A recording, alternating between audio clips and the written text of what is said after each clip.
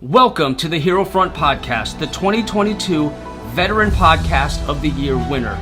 I'm your host, Josh White, and I talk with heroes around the world to inspire, educate, and to remind you that you are not alone. My own personal journey was marked by struggles like depression and alcoholism, which led me to almost lose my life. Now, after years of working on myself, I'm now blessed to say I have an abundance of pride and purpose, and I have made it my mission to share and spread these lessons by having insightful interviews with inspiring individuals, emphasizing trust, transparency, and meaningful conversation to drive positive action in our lives. Above all, I aim to inspire you to unleash your inner hero. We all have it in us, and it's time to bring it to the front lines of our lives. Let's get after it.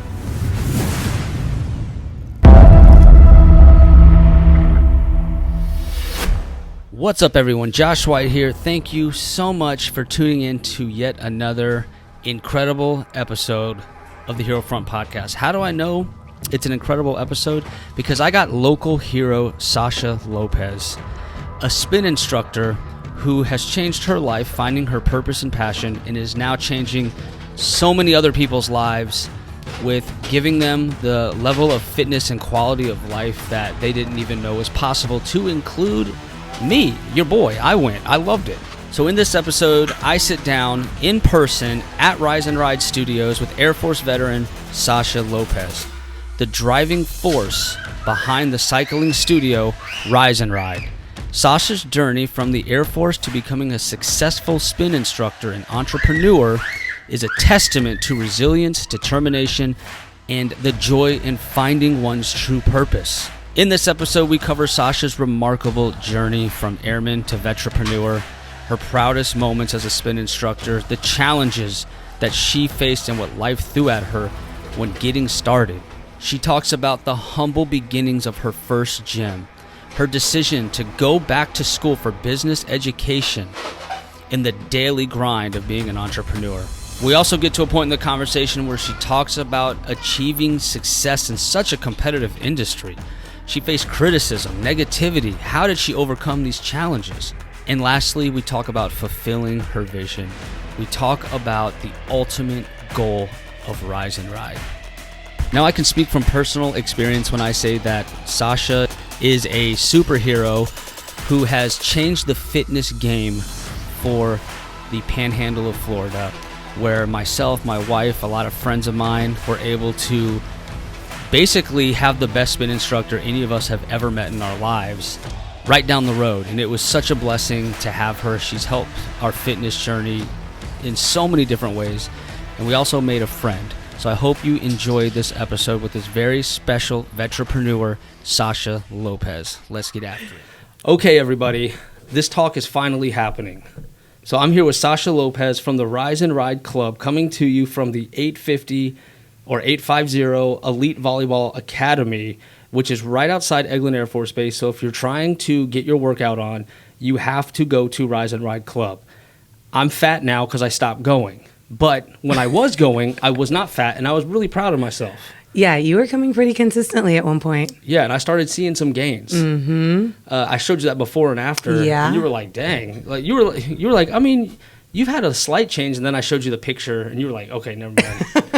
Cycling will do that to you. Absolutely.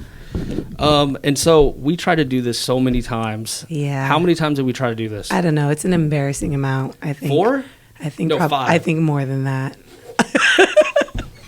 I just keep saying, you're saving the best, not necessarily for last, but for a later moment. So. Right. So, yeah, I think you hold the record for most attempts. Well, I got to start off somewhere with some type of record. Right. You got that record. Well, hey. I track all the records, like longest episode, shortest episode. I try to track that stuff. Most attempts, Sasha Lopez. Hey, I'll take it. You get that trophy. I'll take it. Okay. But we're finally here now. We're doing it. We're having the talk. And I start off every talk with the Hero's Gauntlet. Okay. And that's 3 random questions or pre-planned questions. And then in your case, it is truly random. Yeah. So I'm just going to ask stuff that I just want to know. Okay. So question 1, Why did you leave the Air Force? Why did I leave? I got medically discharged from the Air Force. Really? Yes, I did. What's the story behind that? Unless that's like, you don't want to do that. I mean, it's fine. I got really badly injured prior to going to a deployment. And it was an injury that I kind of couldn't come back from. I was security forces. And so you kind of need to be able to stand and do all of the things. I went through 2 surgeries in the Air Force, wasn't rehabbed well, unfortunately. And then that kind of ended my short-term career. And how long were you in? I was in 3 years, 8 months, and 6 days. Was that a medical retirement? It was a medical retirement. So you can get on base? I can get on base, yes. I have full base access. Oh, wow. I mean, that's awesome. Yeah. I mean, they gave me a little, they hit me up. They didn't completely kick me out, so that's good. Right. And your last base was at Eglin? No, my last base was Minot, North Dakota. Oh.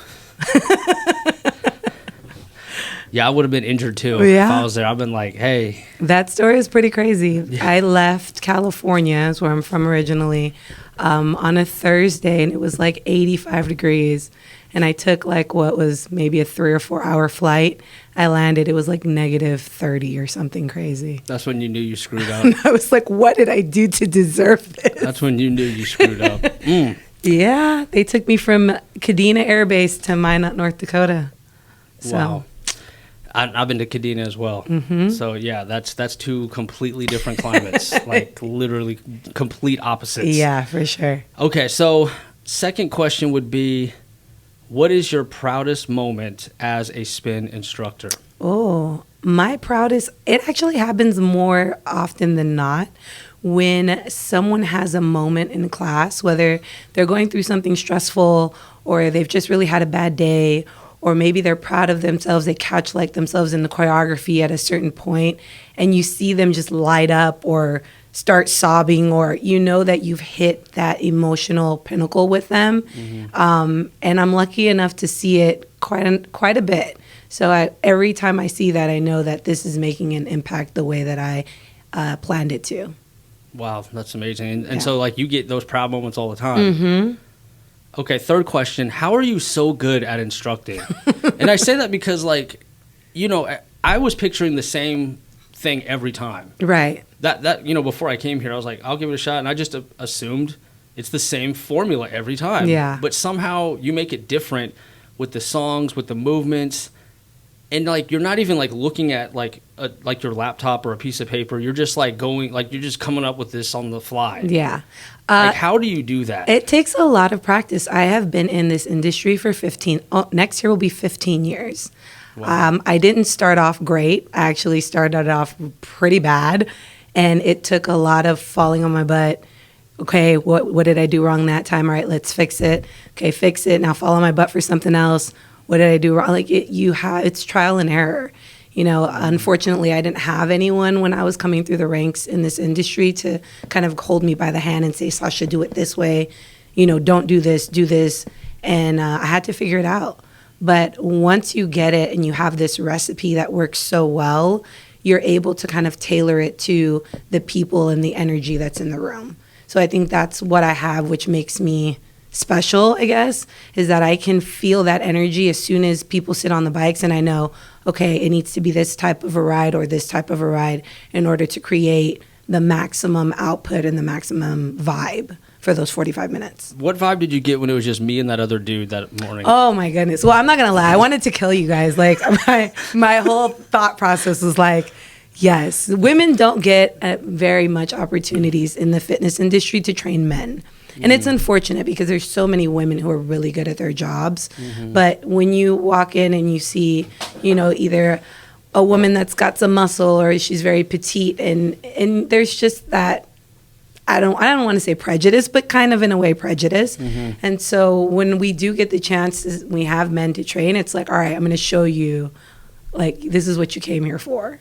Yeah, I had that feeling you were going to destroy us. When I was like, it's just me and another dude, I was like, this is not good. Yeah, but you guys did so good though. You're looking right at us. Like, I can't hide in the back and just like pretend. This is true. You literally are looking right at us. Mm-hmm. And if someone's watching me, like, I got to do it. Yeah, I have to do everything right. Well, see, that's the good thing about the intimate room of a spin space is it's so small that even like if I'm not looking at you all the like for the entire 45 minutes, I'm looking at you probably 30 minutes of the time. So you're forced to kind of step your game up and really be mindful of what you're doing and what you're not doing. So. And it's such a different kind of fatigue. Like it's not like a CrossFit WOD or like a run. Like it's a different kind of fatigue that I'm just never experienced. Yeah. I mean, I think when people think of spin, spin has been around since the 1980s. And so when people think of it, they think of your traditional, like, let's sit down, let's hit a certain RPM, let's go this fast for this long. But this is different because there's choreography based. You're in and out of the saddle. You've got loud music. You've got lights. So it's almost like you're partying on a bike. But then it's like, all right, now crank that resistance up. And you're still trying to party, but you're still, you know what I mean? Like there's a lot of facets that come into those 45 minutes. And you're doing all of them without really paying attention that you're doing them. So by the end, you're like, what just happened? Right. I'm going through all the emotions, like denial, like... this isn't happening. Why am I doing this again? Yeah. And then, I go through all those emotions, but there's a certain point where I'm like, I'm killing it. Mm-hmm. I'm feeling good. But then towards the end, I'm like, get out of my face. Like, don't talk to me. Yeah. I'd say the big thing of our job as instructors is to take you through that journey. We got to take you through all the feels from like, why am I doing this to, oh my gosh, I'm killing it to, I can't do another minute to, oh my gosh, I'm doing another minute. And then finally, yay, I did it. It's over. Right. And you feed off of that, which is why people come back over and over. I just have one girl who yesterday hit her 200th ride milestone. That's amazing. And like, she just keeps coming back. There's something about it that's addicting that people love if they're willing to give it a chance. Right. And I've seen all the women in your class who are destroying me. Let me just start with that. Yeah. Like, you got to put your ego at the door if you're coming in your class. Like, it's a whole different skill set. Yeah. And we've got some badass women for sure. Yeah, they're going crazy hard. Yeah. I'm like, if you could track this stuff, they would be literally lapping me. Well, I think the cool part about it is spin can be for anyone. Right. It started off as a rehabilitation for injuries. I rehabbed multiple knee surgeries just by spinning. I have a right knee that the doctors told me I would never be able to do, like not even run to the corner. I've had ACL, PCL, meniscus, like the full thing. But spinning has been the one thing that I can do every day, day after day, that doesn't leave me bedridden, because you're working the right muscle groups, your quads, your hammies. And you can walk in there and you see someone and you don't necessarily think that they have that athletic ability. And then the lights dim and you're like, what's going on? You know what I mean? Mm-hmm. So that's a cool part about it too. Definitely. And by the way, you missed your calling for an MTI. Like, could you imagine? There's a funny story behind that. So before I got out of the military, I actually wanted to be an MTI. And I had made some connections and I was speaking with people. They're like, Sasha, you're just too honest. Like there's a level of kind of subtleness that you have to bring to being an MTI. Like you can't be 9,000 every time. And I'm like, well, then I don't know if that's for me. No, I think you could have. That's better than having 0. Yeah, I mean, hey. I could work with 9,000. I'll just take it to 8,000. But yeah, like just your voice, your command voice, your yelling, like you would have been that. You missed your calling with that. Had you stayed in, that would have been your thing. I could have seen that. Definitely, I could have seen it. 100%. All right, last bonus question. Okay. You didn't serve a ton of time, right? It was what, 3.5 years? Yeah, it was roughly? A little over 3. Mm-hmm. So basically like one enlistment essentially. Yes. So in that time, what was your proudest Air Force moment? Oh, I can definitely say I did really well with education when I was in the military. I was a regs girl, which I know sounds kind of crazy. Any reg that I needed to know, I knew very well.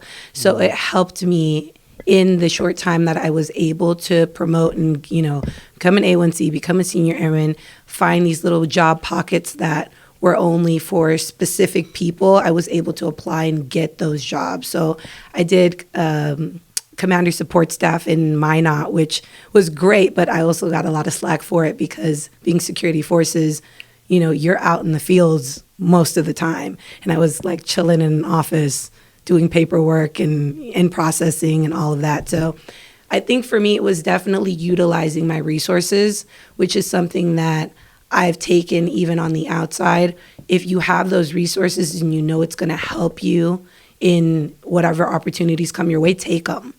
Because there's a lot of people who won't take those resources, and it gives you a leg up.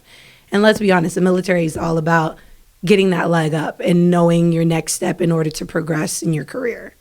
Yeah, there's definitely a lot of preparedness involved with where your career goes, knowing the right person, knowing the right job, when does it open. Yeah. There's a lot you can, like, you assume you're in the military, you have no say in anything, but you do. With your own career progression, you do have a say in it. It's just how far are you willing to take that? Yeah. Right? And, when you're an airman, you don't know what you don't know. Right. But now that I can look back, I'm like, dang, like I set up my own retrain. I did that. Yeah. For making rank, I studied. I cross-trained, and then I was able to do PDG only, so I made tech out of that.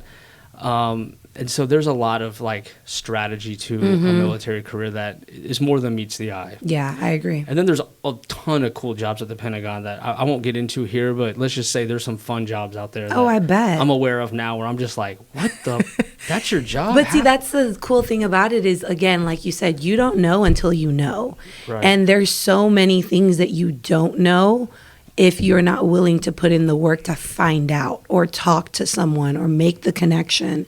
And I've been really good at that, is, asking questions. I'll ask questions even if it's a stupid question. Because if I don't know, I just don't know. And if you know, then I want to find out, so. Right. My first 6 years, I was just laying low. I was just taking it day by day. Yeah. I didn't know what I was doing. Or right. what I was just completely lost my first 6 years. Yeah. So I was the opposite of what you were doing. I think a lot of airmen are when they first get in. But for 6 years? I mean, you're almost to that borderline. I mean, I would give you 4. You just did an extra 2. Didn't click for me for a while. I'm what they call a late bloomer. It's all good. It clicked now, so you're good to go. All right, Sasha. So here's our topics that you picked out for today. You picked topic 1, starting over again, which I kind of feel like I know where that's going now. Okay. Topic 2, success from your own needs. And topic 3, entrepreneurs are a different breed. So let's hit topic 1, starting over again. So what made you pick that? I've started over in not just in fitness, but in a lot of things, but we'll keep it very fitness specific, more times than not. I started when I got out in 2009. The whole fitness career came from just dealing with a little bit of PTSD, anxiety, not knowing what I was going to do after, and spending time in the gym. Like, I would go to the gym and be there for 3-4 hours because it was a familiar place for me. And that is how I even got into teaching. The owner of a gym that I worked at hit me up and was like, hey, you're always here. You're doing these cool workouts. And they were just workouts like I've been an athlete for most of my life. He said that there was a class that was starting in that gym, and it was called Zumba. And I had heard of Zumba because when I went to the Y in Of course you can do Minot. Well, listen. So I would go to the Y in Minot. It was the closest gym to my house. And one day I was passing by their group fitness room, and I saw a flyer. And the flyer was like, whatever it was, like their Latin dance class, come join it. It's like a party, whatever. So I went to one class, and I'm like, I'm Latin. I can dance. Like, all the things. It's like, okay. It was just calling your name. Like, whatever. And then after that, I never heard about it again. So then when I moved back to California, the owner of that gym was like, hey, there's this class that's going on. Like, it's this new thing. We'll pay for your certification. You go down to San Diego, go get certified, come back, see what happens. Cool. I have nothing else to do with my life. Let's go for it. And this is after the military. Okay. One of the reasons I didn't get out was my fear of just being on my own again. Mm-hmm. I could barely take care of myself at my 6-year point. I was like a man child. And so I was like, if I get out, like, I'm going to fail. Like, I just felt that way. And I was terrified to get out. So, like, were you terrified? Yeah, it's super scary. I think as much as the military wants to prepare you for that transition, there's nothing really to prepare you for that transition. The military lifestyle is so comfortable as opposed to being outside where you get to choose everything. Like even for a woman, you get to choose. Now you've got like 9,000, 10,000 colors that you can choose for your nails when before it was like 2. You know what I mean? Like it's that crazy. And that's a lot when that comes at you all at once. It's very scary. And for people that deal with anxiety, that deal with depression, that deal with, post-traumatic stress syndrome, all of those things, they arise. And if you don't know or you don't have the outlets to deal with them in a healthy manner, it can get really, really dangerous. And I think that's one of the reasons why, our suicide rates from veterans are where they're at, because they didn't have that proper transition of, okay, you've been in, you've gone through these traumatic experiences, now you're out, what do you do now? Right. So that's why I found myself in the gym. I was like, well, the gym is a familiar place for me. So I'll just go to the gym and spend hours there until I figure out what else I'm going to do with my life. And so that was like your way of like your sense of control. That was my sense of control. That was the one thing that I knew if I was in that place, hey, this is a safe space for me. I know what I'm doing here. Eventually I'll have to figure something else out. But at least for these 2 to 4 hours that I'm here, I'm okay. Well, I'm glad it was the gym because my comfortable place was drinking.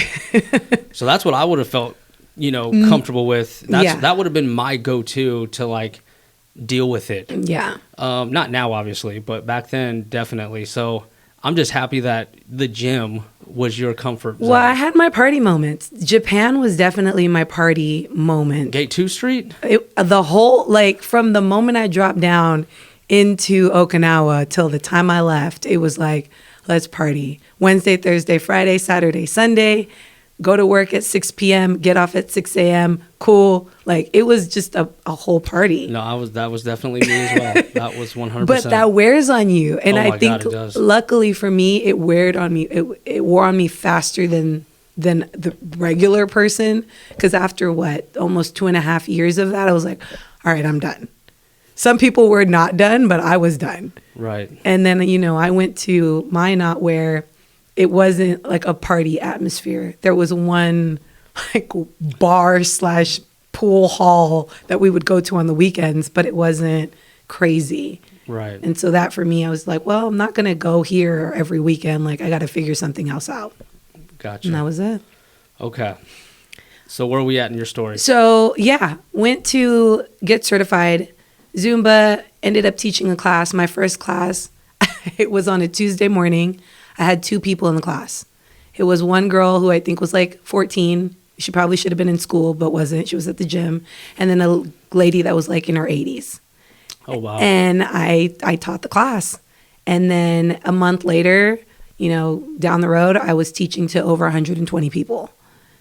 I'm surprised I didn't see you on like a Zumba DVD cover. I got offered later down the road, but by then I kind of had already started my own thing. So I was doing this for a while and I wasn't getting paid anything, but I really didn't care about the money. It was just another outlet for me. So in 2011, I opened up my first gym. I had no clue what I was doing. It was 40,000 square feet. It was just me by myself. Was it a gym with equipment in it and you were taking over? No, it was a warehouse. It was an empty space. It was an empty warehouse. No flooring, no mirrors, no equipment, no nothing. What gave you the courage to do that? For one, I had saved up some money from just teaching, and I started to realize I was getting lowballed from teaching hundreds of people. And what if I would just charge those people myself? What kind of money I would make. Like 10 times more. So exactly. So then I was like, well, and it was really hard. I was getting studio spaces. There's a really big dance community in the part of Los Angeles that I was living in. So I would go to different dance studios and try to rent out space. But the time that I needed, a lot of times was always taken because it was a prime time. So that way, I was losing clients that way. And I'm like, something's got to give. So I went on the internet, started searching for places, found this place, went in, gave my little 2-minute elevator speech. And the owner liked me and he was like, I'm going to take a chance on you. Great. Now I've got 40,000 square feet. What the hell am I supposed to do with it? That's a great question. Yeah. What do you do with that? What do you do with it? So you've got to figure out. Now I need flooring. I got to put mirrors in. I wasn't a prepared entrepreneur. I was going to school for fashion. I was not going to school for Really? business. No. Oh, wow. I have a fashion, marketing, and global merchandising degree, undergrad. It wasn't until years after that I was like, maybe I need to educate myself on business. And I went back to school and got another degree and my graduate degree in business. Gotcha. But yeah, I was there. I had gotten certification, so I knew as far as how to teach what I was doing. Put some flooring down, put some mirrors down, and just luckily it was one class after another class, 100 people every night. So you could fit a ton of people in I there. could fit. I have videos that surface because I was one to always delete my Facebook. Like I would get tired of social media and I'm like, I'm going to delete this whole thing. But there's still some videos that are circulating somewhere in the internet with videos of those classes. And it's like Dang. lines of people How around much the per block. person? Back then I was teaching, I think it was $5 a person. So I was making like on a good night, I was making like $800 for an hour. Wow. My God. That is worth it. Yeah. That is worth it. Yeah. Holy cow. I was doing that, and then 2 years later, what happened? Something happened with the building. Then I had to find another way. So here I was back looking for spaces again because now I had this huge following. I couldn't just, leave them. So I started teaching out of a gym at a high school.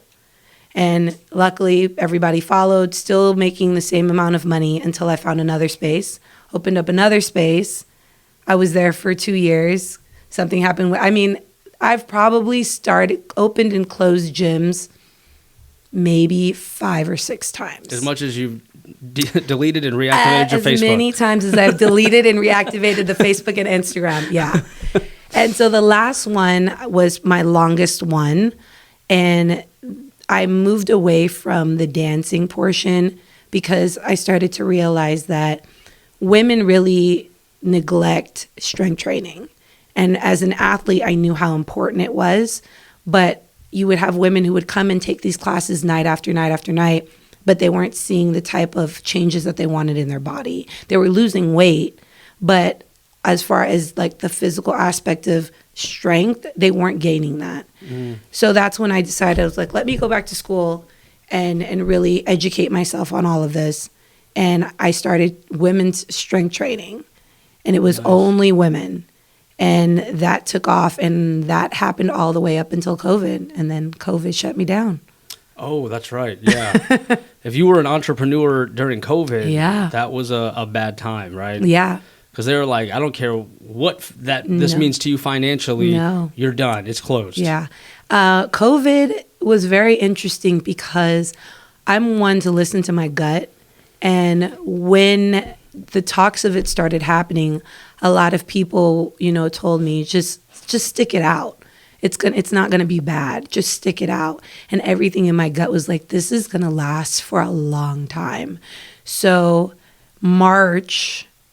we started hearing about it in February. In March, I pulled the plug on my lease, and I was able to because I was able to negotiate with my the owner of the building. And I said, look, here's what's happening. There's these restrictions that are happening, and they're not allowing my clients and my members to come in.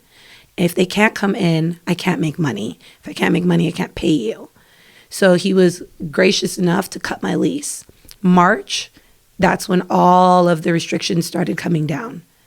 And so then I took it to an online system, and we were online for about 1.5 years. And a lot of people that I know they put their savings, their kids' education money into trying to save their business. They lost everything. Oh my gosh. That Yeah. was brutal. Yeah. And so here I am. I've been doing this for then it was like 13 years. California was just not getting it. I had gone to Georgia just because I was like, well, I want to check out Georgia. I've never been to Georgia. Like I've been to New York. I've been to other places. Went to Georgia to visit, came back, and then I'm like, you know what? I'm moving to Georgia. Really? Yep.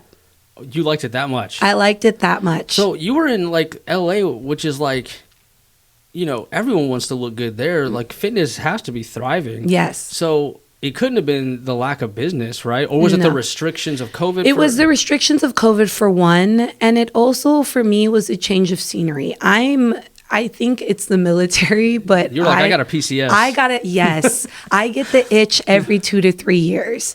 And Wow. and so when they say that military doesn't stick with you, I've been out now for almost 15 years. And every 2 to 3 years, I'm like, I got to go somewhere. If I'm not going on a vacation, I got to go on a plane. I got to go visit. Like, I have to leave. Right. And it's been that way since I'm afraid then. of that happening to me when I retire, because I like to move every 4 years. So like I've moved every 4 years. I put in, what base I want, and I can't imagine just buying a home and just being like, that's it. Like, Yeah. I don't know what that's going to be like. I know. I know. It's really crazy. And like, fortunately for me, I don't have children. So it's not like, well, my kids are in school. I have to stay here till they graduate, right? I can leave, but it's a real thing. And dealing with how do you, okay, I have this urge that I need to leave. What do I do with it? Like, do I go on a vacation? Is that enough? And then I come back, like, or do I need something more permanent? And so when I had the idea of moving to Georgia, it wasn't a scary thing for me. All of my family is in LA. I had no family in Georgia. I had one friend who was a friend of the family, but I hadn't talked to her in like 15 years. Most people would like dread doing that. You know what I mean? Because like now you got to make new clients again. Now you got to find a new space again. Like most people would say, that's not worth it. Mm-hmm. But it was worth it to you. It was, but I didn't even go with the idea of I wanted to open up another gym. It wasn't until I moved here that demand became a thing. And so I was in Georgia for a year. It's like, okay, cool. And then here I come, making my way down. And then I got here, and I got here in October of 2021. It was freaking cold, man. Nobody told me Florida gets cold. I was not prepared. It does. And so I want to ride a bike. Like that's my outlet. I want to get on, I want to cycle, I want to be in a studio. But the closest place was an hour away. I'm not driving an hour every day back and forth to go get in a room and spin. Right. Bought a Peloton. Oh, nice. Jumped on the Peloton train.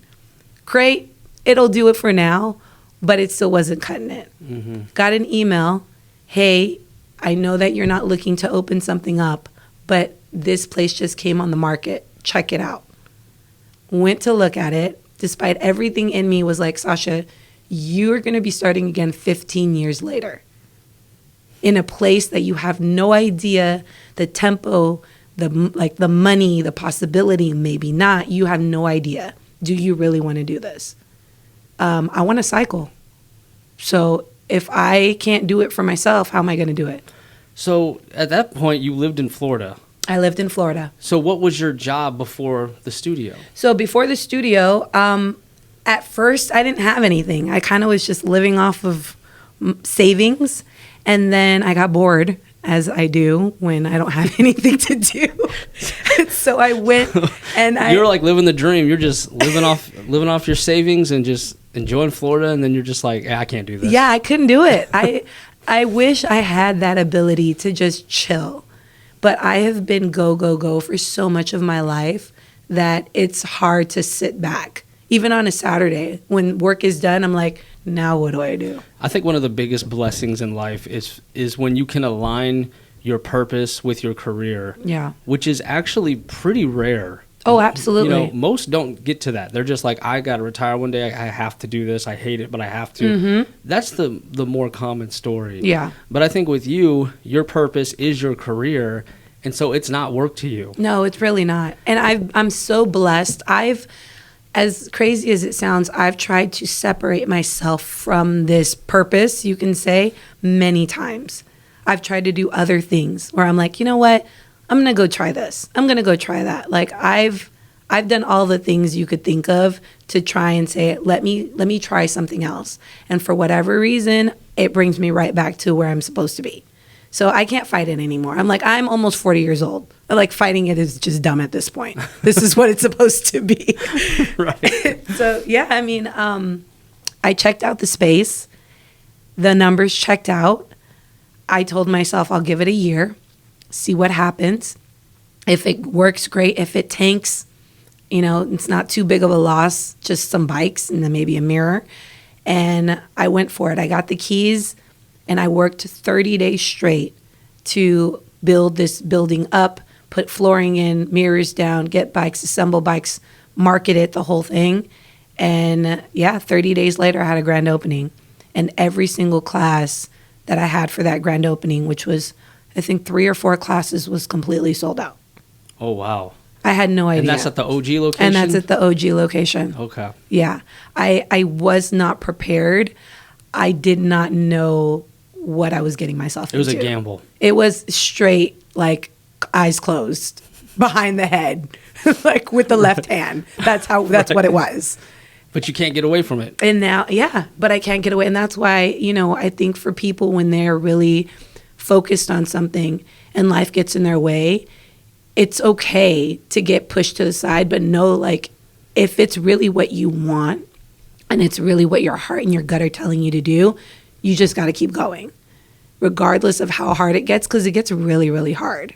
There have been times where I'm like, man, am I going to be able to pay rent? Like, can I pay my insurance this month? Like, where's my food coming from? Mm-hmm. But everything in me tells me this is what I'm supposed to be doing. So if I know that the struggle's not going to last forever. And it hasn't. Right. Yeah. It's worth fighting for. It's worth fighting for. Yeah, for sure. Wow, that's amazing. And you're really good at it.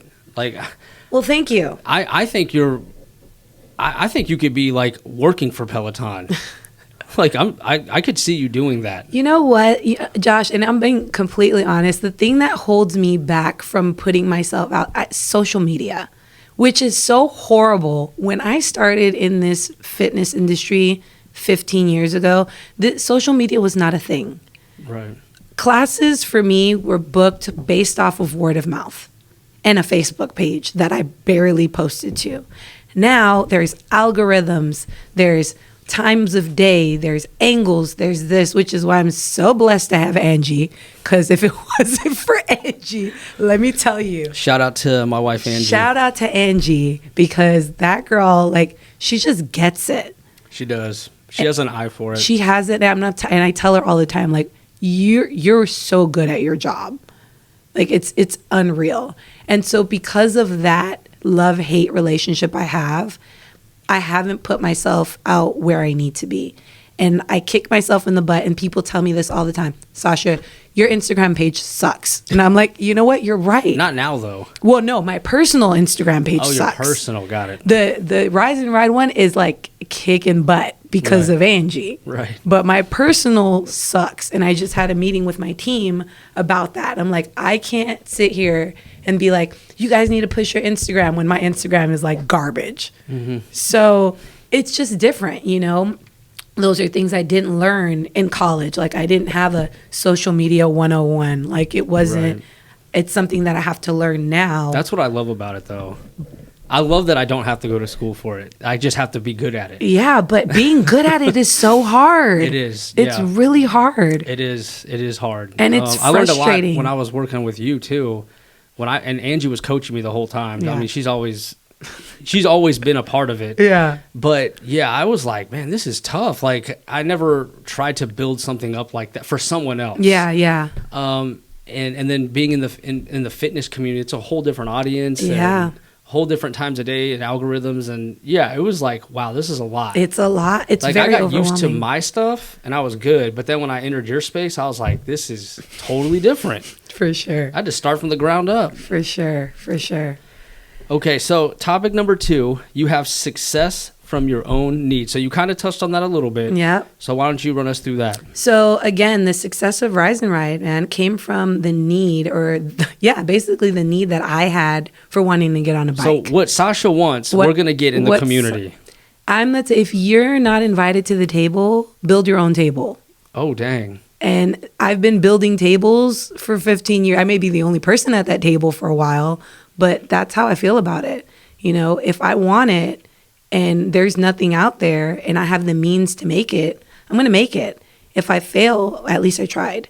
Right. And one thing about me is I'm not okay. I'm not afraid to fail. Like, I've failed so many times that now it's just like all right, dust yourself off, get up, figure it out, keep going. Wow. I love that. Yeah. I love that. Like, it's kind of like the customer part of, like, your views in your mind. Like, as a customer, as a person in this community, I would want blank and it's not here. Could I create that? And yeah, Angie, you have a lot of ideas, a lot. You know, she'll bounce them off me too. She'll be like, yeah, Sasha said, you know, maybe we should do this or that. And you do events all the time. You're invited to stuff all the time where you bring the bikes out. So, you know, you're building that table here in the community. Yeah. That has to like make you feel proud a little bit. It does. It's kind of cool to realize what you vision actually has a place and has a purpose. And sometimes my visions can go they're so outlandish and people are like, you're crazy. Like, that's not possible. But I feed off of that. I'm the type of person where like, oh, it's not possible? Okay, great. Boom, here it is. Now tell me what else is impossible, you know? But that's one of the things about just choosing to be an entrepreneur is you have to be willing to have that thick skin. Was there a time where you didn't have the thick skin and my gosh. You were like, I screwed my life up. My first like 5 years in this industry. 5 years? Yeah. Oh yeah. My first 5 years, I would go home crying at least like once a week from the simple fact that I would put all of my energy into my classes, into what I built. And when I realized or saw that some certain people maybe didn't appreciate it as much, didn't reciprocate that energy, it was like a personal attack on me. And my dad, of all people, one day sat me down and said, Sasha, what about the other people? Are the other people appreciating it? And I'm like, yeah. And the people who don't appreciate it, are they still paying you? Yeah. So then what are you crying for? And when he told me that, it was like a light bulb. And I said, yep, okay, got it. Keep it pushing. But when you pour your heart and your soul into something and somebody says something negative about it and you've worked tirelessly and, you know, like it feels like a personal attack. Definitely. Until you realize their journey is not your journey. They don't know what you went through in order to get where you are. And so because they don't know that, you just have to smile and keep it pushing. And if they're willing to take the time to speak on what you're doing, you're probably doing something right. Yeah, that's the haters. That's the haters. They're sipping that haterade. They're trying to take you down a notch. Listen, my favorite quote is checking the hateration in the dancery. Shout out to Mary J. Blige. If you don't know that song, definitely listen to it. And you know a lot of songs. So. I know a lot of songs. Yeah. But Mary J. Blige says there's no hateration in this dancery, and that's exactly how I feel. That just sounds crazy to say, but I still love it. Yeah. I mean, hey. So what does that look like, the grind of being an entrepreneur? Is it early morning wake-up hours? Is it, like, run you through a daily? What that looks like. Right now, it's a wake up at 3:30. I teach a class at 5. I potentially teach a class at 6. Then I have books. I have to do books, do payroll, marketing, events, phone calls, meetings, probably until maybe 11. I'll maybe get some lunch if I remember. And then 3 o'clock, I'm back on whatever grind I need to do. Come teach a class at 5:30, or I'm here doing filming for some of my coaches. Maybe teach a class at 6:30. Go home. I'm at home by 7:30. Take a shower, chill, maybe watch TV if I can keep my eyes open. In bed by 9, 10 at the latest, and start all over again. Wow. You do love this. And the fact that you can skip lunch, I know that's a weird thing to point out. Yeah. But there's a guy who was a Navy SEAL. I want to say he got fired. And there's a movie with Brad Pitt that's like based on this guy who was like a general in the Middle East. Okay. But he was like a freak of nature because he would like wake up super early, run like a half marathon or something every single day, and he'd only eat one meal a day. Yeah, that's a thing for some people. Yeah, he could stuff himself and then skip every meal for the rest of the time, which I'm going to be honest, I thought he was lying. I was like, there's no way. That's impossible. No, it's a thing. Some people can actually do that. It's part of their intermittent fasting. And I also think it's tied into your purpose, though, too. So I'll tell you why. Because when I got to podcast for AFSA that whole time, like 5 days of just dedicated social media, which was like, oh my gosh, like I was let loose. Like, and I skipped meal after meal after meal, not even realizing it. Yep. And I was like, wait a second, it's already like 6 p.m. I talked to like, 7 people today, haven't eaten. Like, how am I doing this? Yeah. Because I truly loved what I was doing. 100%. And was so engaged that I skipped those meals and didn't even notice. Yeah. When I thought that was like impossible because I'm, a fat kid that's always eating and snacking. No, it's really possible. It's unhealthy, but it's truly possible. So, yeah, I think if you're living in your purpose. Yeah. So when you said, I'll skip, I'll have lunch if I remember to have it. Yeah. I think it's because you're just so into what you're doing. You're so in the zone. For sure. You're so comfortable at it and good at it that, yeah, you can pass that up and not even notice it. Yeah, 100%. So, I mean, that's a daily for now. Do I want that to be my daily forever? No. I know what that feels like. I did that 10 years ago, and a 10-year younger body versus the body I have now feels it. Like by Wednesday, I'm like, I need a nap. I need to sleep and do something else. But the goal definitely this time has changed because I want to help people who want to be in this career field. And I want to be the person that holds them by the hand and tells them, this is what you do, this is what you don't do. You want the success? Do it this way, or let me coach you.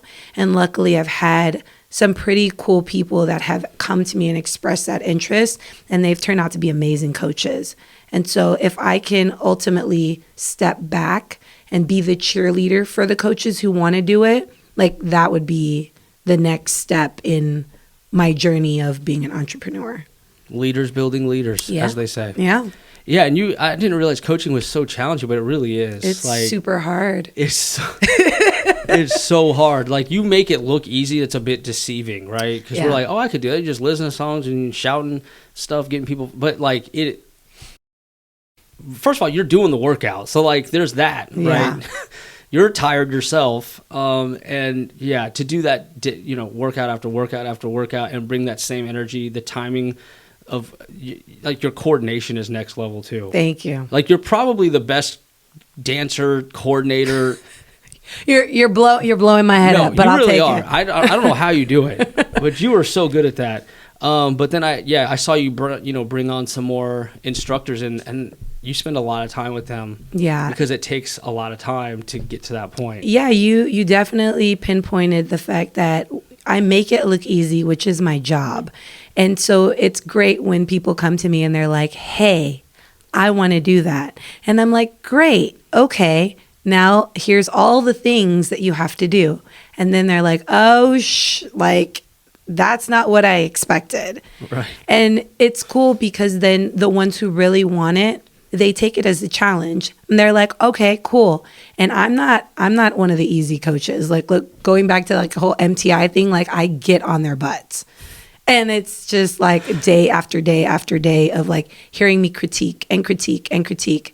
But the worst thing that I would ever want for a coach is to go out there not being prepared and have to feel what it feels like to bomb in front of 12 people who are there. Yeah, what does that look like when someone bombs in spin? You honestly, depending on your crowd, I mean, we have such a cool community here that I don't think they would ever noticeably like make them feel bad. But I've seen places where coaches have gone and they weren't prepared and the energy of the room just drops. Like almost like you could hear the music is blaring, but like you could hear a pin drop in the room. So it's like awkward. It's super awkward. It's cringeworthy. It's the worst. It's like when a stand-up comic bombs. It's almost as bad as that. Because you have to imagine, you have people that are going there to get something from you. So like a stand-up comic, right? You have people that are going there to laugh, to get that from you. If you can't deliver, then you've got however many people that are just left not fulfilled with what they came and they paid for. Right. So when an instructor bombs, like how does one bomb? Are they just so gassed out themselves they can't talk?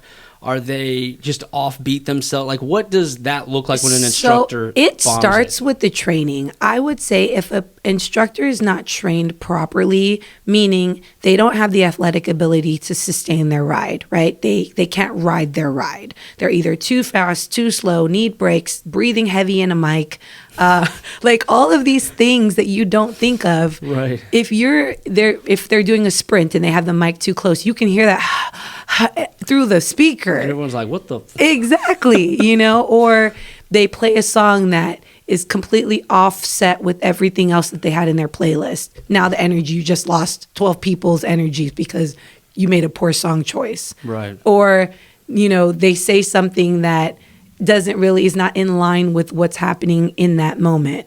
Or they tell a story that's awkward. I mean, there's so many ways to bomb. It's kind of like crazy. I didn't even think of that. Yeah. And so speaking of like my own experience with assuming something's easier than it looks. So believe it or not, on my first base in Guam, I am not a singer, but I was like, I'm going to be a lead singer of a band. Okay. Because I was like, I love that type of music so much, like emo and screamo. Yeah. Like I love it so much that I want it in my life. I want to do it. Right. So we make this band and I'm like, I practice in my dorm room. Love it. Not the dorm room. I've been practicing in my dorm room. My neighbors be like, shut the hell up. And I'm like, I got this, right? Well, I didn't have it. And by like the third song, I think we had like 5. By like the third song, I was out of breath. Like I didn't know that was a thing. Mm-hmm. And when you start to become out of breath as the singer who everyone's looking at, you get this panic. You start panicking. Yeah. You're like, I can't do this. Like I'm running out of breath. It's crazy that that's a thing, but like I hats off to whoever's center stage because my God, when something goes wrong, you can't escape it. No, you can't. You just have eyes just barreling down on you. Yes. Like what now? What do you do now? So like they said, luckily enough, I've had coaches who have been willing to take the wrath of my teaching abilities, but that will never happen to them because they have plan A, plan B, plan C, just in case. Right. that ever happens. If they go through Sasha's trials, they're truly ready. They're truly ready. And you have one of the instructors was a customer who was kind of like soft-spoken. What's her name? Her name is Jamie. Jamie, yeah. She seemed like really soft-spoken, really quiet. And so when I saw videos that Angie was working on when she was like an instructor, I'm like, wait a second. Mm-hmm. What? She's an instructor. How'd that happen? Jamie is my little, she's my diamond in the rough. When we were putting out feelers for instructors, because that's a whole story, right? Having instructors in a big metropolitan city like New York, Los Angeles, it's like a dime a dozen. If I were to put out an ad that said, hey, come audition, I'd have like 100 instructors waiting. In a small town like Valparaiso, it's like, wait a minute, what? You got to dance on a bike? Like, I used to teach spin back in 1992. But so you got folks that were like, I can do this, and then you explain to them what it looks like, or they see it, and they're like, what the hell is this? Yes. And we got a lot of slack. We still do, which I think is great in a way, but we get a lot of slack because we are that new style of spin. And, people are like, oh, but it's dangerous, and this, that, and the third, but they've never taken a class. And they don't know that we actually sit down and tell people, okay, this is how you hover over a bike. This is how you engage your core and all of that. But with Jamie, we were going through another instructor training and she came to me and was like, hey, I think I want to do this. And I said, are you sure? And she said, yeah. And I said, all right, cool. So she came to the training and again, very soft-spoken. There were moments where I literally just had her yelling in a mic so that she could project. Right. Exactly. She could learn to project. But I look up to her because I know what that's like to start something new that's completely out of your wheelhouse. Mm-hmm. And she would come into the studio and practice for hours and hours and hours and then get on a bike and then ride and then go back the next day and practice for hours and then get on a bike and then ride. Like it was just her dedication. She was dedicated to it. Yes. Her dedication has lent her to be this instructor that she is now, where people who know her personally don't know the Jamie on the bike. Right. Like when she gets up there, she flips that switch and it's like, oh, who's this person? That's good. Yeah. That's good that she has that. That shows her preparedness. Yeah. Mike Tyson said the same thing about Holyfield. Like Holyfield is like, you would never even think he could hurt you. He's so nice and so gentle and so kind. But Mike Tyson said as soon as Holyfield gets in that ring, he's a straight murderer. Yeah, it's go time. Right. Yeah. And I think you have to be that way, you know. People come in search of something. And I've always believed that when it comes to fitness, like fitness is never one level. People just don't start a fitness regimen just because they feel like it.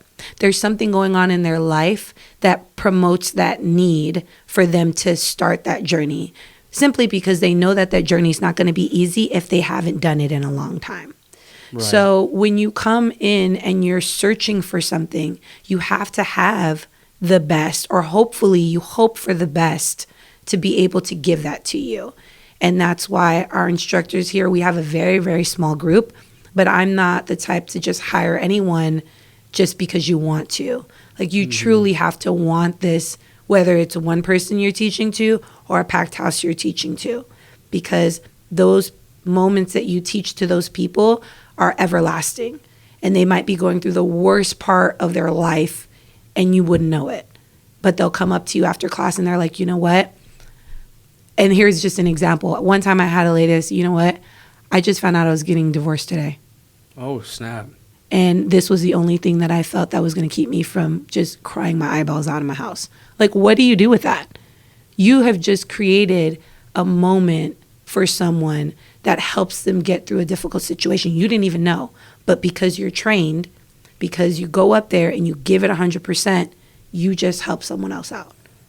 Is that a whole different satisfaction when you know you help someone emotionally get through something? Absolutely. I think that's what makes waking up at 3:30 worth it.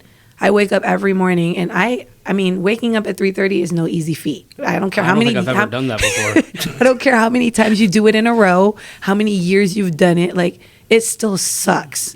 Driving to work when it's dark outside and people are sleeping sucks. But when you get there and you have those moments, you're like, you know what? I can do it. I can do it again.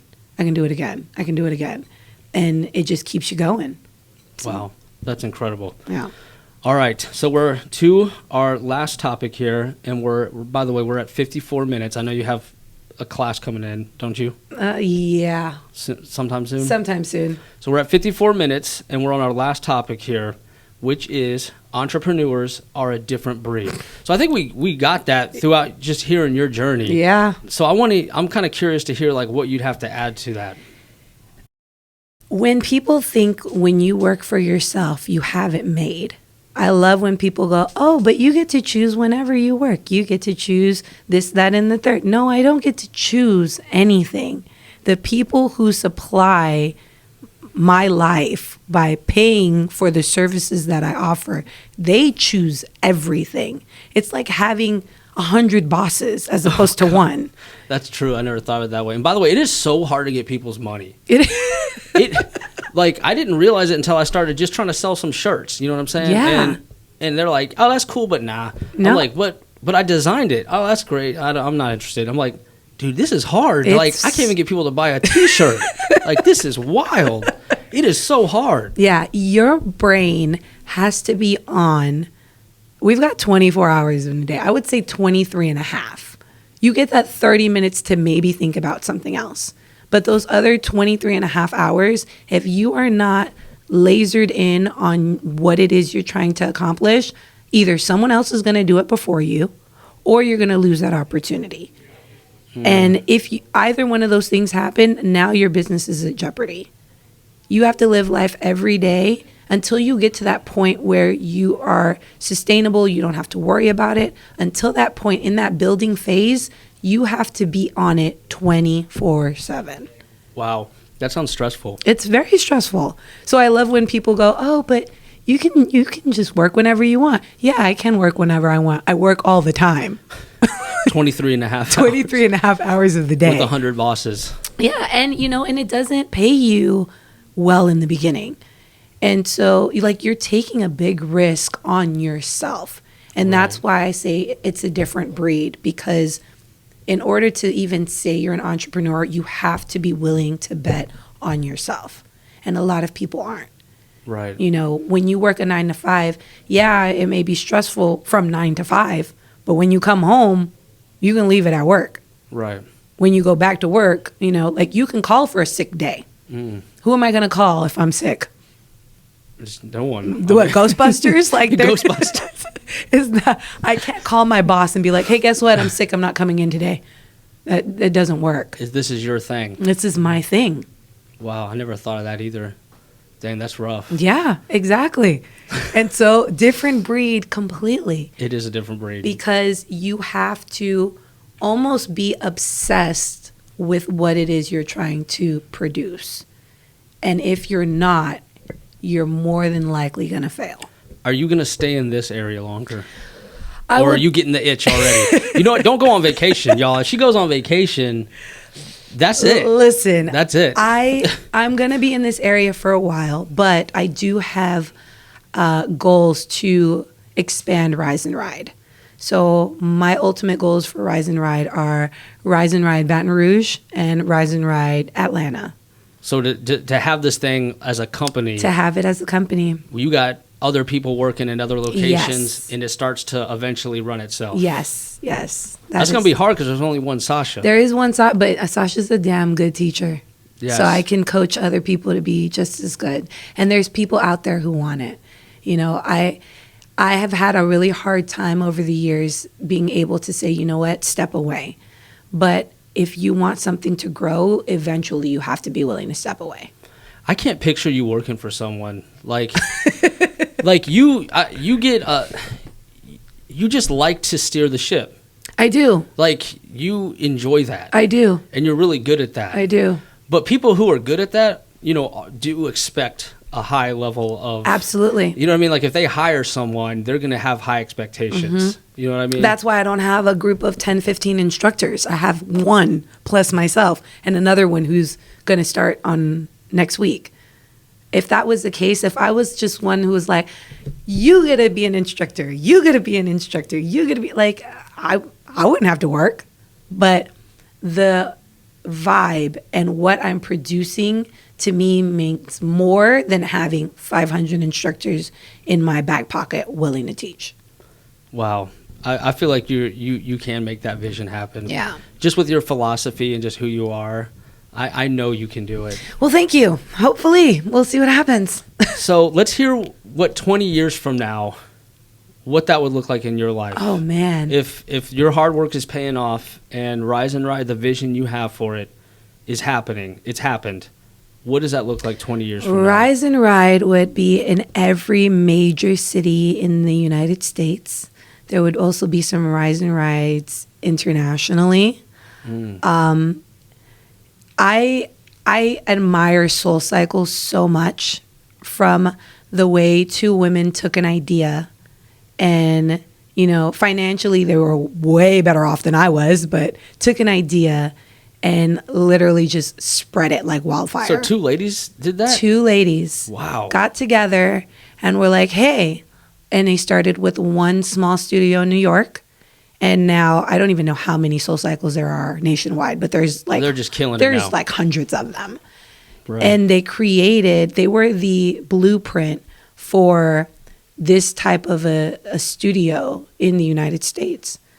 Wow. But where there's one, there can be many. Right. Right? There's a lot of people in this world. There's a lot of people in this world, exactly. And so to be able to offer that to a different demographic... and a different community and a different vibe would be just insane. So if Rise and Ride was at every major city. Every major city. Wow. I think you can do it. Yeah. I just knowing how invested you are, your work ethic, you know, the level of expectation that you have to even take someone on as an employee. Yeah. I feel like you're onto something here. And eventually I'm going to look on social media and see the second store open and the third store open. Like, I just feel like that's going to happen. Yeah. I mean, from your lips to God's ears. We'll see. I've been in the we'll see. That's my quote these days is we'll see. We'll see. Because, you never know. You always have a plan, but then plans are plans until they're not. Exactly. So I do have a plan for this, and I do have expectations, but you never know what happens in life. You've got to be willing to just pinpoint and pivot, and you've been pivoting your whole life. Elbow drop on a dime. You've been doing that your whole life. So I think you're good. Yeah. But Sasha, I do want to thank you for coming on HeroFront. Is this your first podcast? This is my first podcast. Yes. I like it. It's going to have a ton of downloads. This is cool. I like it. So you did absolutely phenomenal. Thank you. I already love talking to you anyways. I always keep you here extra long talking to you. I know. I'm going to start charging you. When the doors like open and you're like, you turn the lights off, I'm like still talking. Yeah, it's all right. So I wanted to thank you for, sharing with us this incredible entrepreneur spirit that you have. Thank you. Because it gives hope for people like me, who, like veterans like me, who eventually we're going to have to do our grown-up job, whatever that is, out in the real world. And that's a scary moment for anyone. Hell yeah. I think hearing you just going on your own as a kid practically, and making this incredible brand, finding your purpose, your passion, taking that bet, that gamble on yourself, which takes a tremendous amount of courage. A lot of people say they'll do it, but not many people go through with it. Right. You truly took that gamble on yourself, and Rise and Ride has just become this. I'm just blessed to be a part of your journey, because I absolutely love what you do for this community and your style of workouts. There's nothing else like it, in my opinion. Thank you. And you're so talented. I know for a fact that you are going to just absolutely kill it when the rest of the world sees what Sasha's all about. Well, thank you. I appreciate this. I'm so glad that we finally got this done. Absolutely. It's not cursed. So, yeah, guys, we finally got it done. It took 7-8 tries, but it's here. So, Sasha, with that being said, is there any last piece of wisdom or any final thought as a treat for those who are listening till the very end of this episode? I definitely would say that being called crazy and having your dreams and your ideas being called crazy is one of the best things that can happen to you, because it just means that they're big enough and that nobody has thought about it yet. So when that happens to you, take it in stride and go for it, because someone else hasn't done it yet. So you might be the first one. So instead of, if someone's like, you're crazy, like for you to think that, you're out of your mind. Like, come on. To you, that lets you know you're on to something. Oh, absolutely. You don't take it as an insult. No. You take it as, okay, this is a good idea. Absolutely. Because if it's crazy, then there's people out there who are going to look at that crazy and be like, that's phenomenal. Right. You know who else said that? Oh. Steve Jobs. There you he go. He made Apple. There you go. So I'm on my way, guys. That was his philosophy. I'm on my way, guys. All right, everyone. Well, I want to thank you for watching this far to the very end. I want to thank you, Sasha, for having your very first podcast with HeroFront. This was so fun. It was fun. All right, everyone. Thank you so much for listening. This was the hero's journey of Sasha Lopez. Make sure if you're in the Eglin area, you have to come to Rise and Ride. It will change your life. And we're out.